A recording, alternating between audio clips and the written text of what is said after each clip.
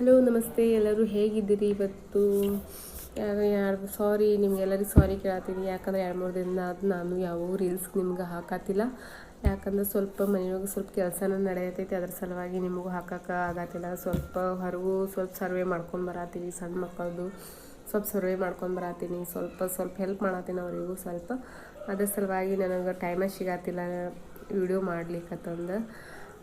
So ಇವತ್ತು ಎದಕ್ಕೆ ಮಾಡತ್ತೀನಿ ಅಂತಂದರೆ, ಇವತ್ತೊಂದು ನಿಮ್ಗೊಂದು ನ್ಯೂಸ್ ಹೇಳಬೇಕು. ನೀವು ನ್ಯೂಸ್ ಕೇಳಿದರೆ ಶಾಕ್ ಆಗಿಬಿಡ್ತೀರಿ. ಬಿಜಾಪುರ ಮಂದಿ ಎಲ್ಲ ಶಾಕ್ ಆಗಿಬಿಡ್ತಾರೆ.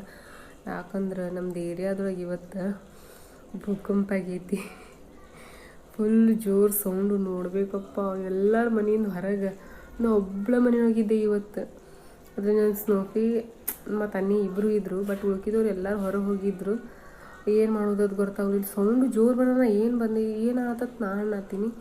ಮನೆ ಕಿಟಕಿ ಬಾಗಿಲು ಗಡಗಡ ಅಳ್ಗಾಡೋದು ನೋಡಬೇಕಪ್ಪ. ನಮಗಂತೂ ತೀರಾ ಹೆದರಿಕೆ ಆಗಿತ್ತು. ಒಬ್ಬಕ್ಕಿನ ಹೋಗಿ ಹೊರಗೆ ನಿಂತುಬಿಟ್ಟೆ. ಎಲ್ಲರ ಏನಾದ ಪಟಾಶೆ ಹಾರ್ಸ್ಯಾರ ಅನ್ನೋದು ನಾ ತಿಳ್ಕೊಂಡೆ. ಸುತ್ತಡಿ ಬಂಬತ್ತು ಬರತೈತಪ್ಪ. ಅದು ಹಚ್ಚಿದ್ರೆ ಮನೆ ಗಡಗಡನೂ ಅಳ್ಗಾಡ್ತೈತತ್. ಅದು ಹಚ್ಚಿರ್ಬೇಕತ್ತೇಳಿ ಹೊರಗೆ ಹೋಗಿ ಹುಡುಗರಿಗೆ ಬೈಬೇಕತ್ತೇಳಿ ನಾ ಹೊಂಟೀನಿ. ಬಟ್ ಹುಡುಗರು ಯಾರೂ ಇಲ್ಲ. ಇಲ್ಲಿ ಎಲ್ಲರೂ ಮಂದಿ ದೊಡ್ಡವರು ಎಲ್ಲ ಹೊರಗೆ ಬಂದು ನಿಂತಾರೆ. ಏನಾಯ್ತಪ್ಪ ಅಂತ ನಾ ಕೇಳೋಣ. ಭೂಕಂಪ ಆಗೈತಿ, ಎಲ್ಲಿಂದ ಸೌಂಡ್ ಬರತೈತಿ ಅಂತ ಅಂದ್ಬಿಟ್ರು. ಹೌದು ತಗೋ, ಇದು ನಮ್ಮ ಏರಿಯಾದೊಳಗೂ ಆತಪ್ಪ ಅಂತಂದ್ರೆ ಫುಲ್ ಶಾಕಿಂಗ್.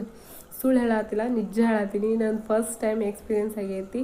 ಯಾಕಂದ್ರೆ ಎಲ್ಲರೂ ಅಂತಿದ್ರು ಅಳಗಾಡೈತಿ, ಮನೆ ಅಳಗಾಡೈತಿ, ಅದು ಅಳಗಾಡೈತಿ ಅಂತ ಅಂತಿದ್ರು. ಬಟ್ ನಾನೇ ಶಾಕ್ ಆಗಿಬಿಟ್ಟೀನಿ. ಸೊ ನಮ್ಮ ಮನೆ ಕಿಟಕಿ ನೋಡ್ಬೇಕು, ಗಡಗಡು ಅಳಗಾಡೋದು. ಸ್ನೋಫಿ ಹೆದರಿ ಸೋಫಾ ಮ್ಯಾಗ ನಿಂತು ಬೊಗಳಾಕ ಚಾಲು ಮಾಡಿಬಿಟ್ಟಾನು. ಸೊ ಇವತ್ತಿಂದ ಭಯಾನಕ ದೃಶ್ಯವನ್ನು ನೋಡಿವಿ. ಯಾವಾಗ ಏನಾಗತ್ತೇನೋ ಗೊತ್ತಾಗಿರೋಂಗಿಲ್ಲ. ಸೊ ಫ್ರೆಂಡ್ಸ್, ಎಲ್ಲರೂ ಕೇರ್ಫುಲ್ ಆಗಿರಿ, ಸೇಫ್ ಆಗಿರಿ.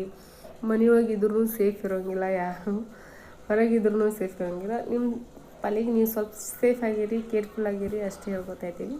ಬಾಯ್.